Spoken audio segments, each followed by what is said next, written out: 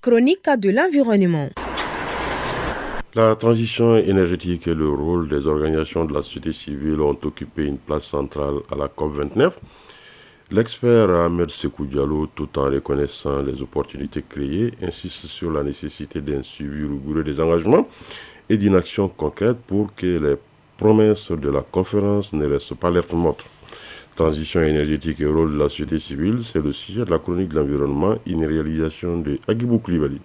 La transition énergétique a été l'un des sujets phares de la COP29, attirant l'attention des leaders mondiaux sur l'urgence de repenser nos systèmes énergétiques pour un avenir durable. Pour le directeur exécutif de l'ONG AFAD, Ahmed Sékou Diallo, il s'agit d'un levier essentiel pour permettre aux pays en développement de s'orienter vers les solutions durables. C'est une des priorités aussi de nos négociations. Le Mali et l'Afrique de l'Ouest a beaucoup de soleil, a beaucoup de vent, donc l'éolienne et tout ça là. On a aussi beaucoup de ressources naturelles.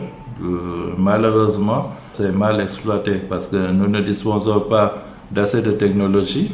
Nous ne disposons pas d'assez de ressources humaines formées et nous ne disposons pas aussi d'assez de moyens matériels et financiers. Les organisations de la société civile, à l'image de l'ONG AFAD, ont joué un rôle clé en mettant en lumière les besoins des communautés les plus touchées par les impacts climatiques.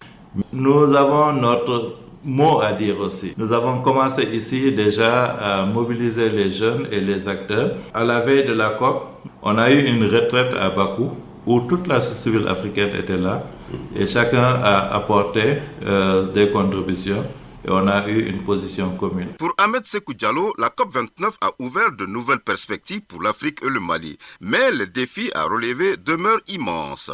L'heure est désormais à l'action. Il appelle à un suivi rigoureux des engagements pris, car ce n'est pas qu'à travers une réelle transparence et une mise en œuvre effective que les promesses pourront se traduire en bénéfices concrets pour les populations.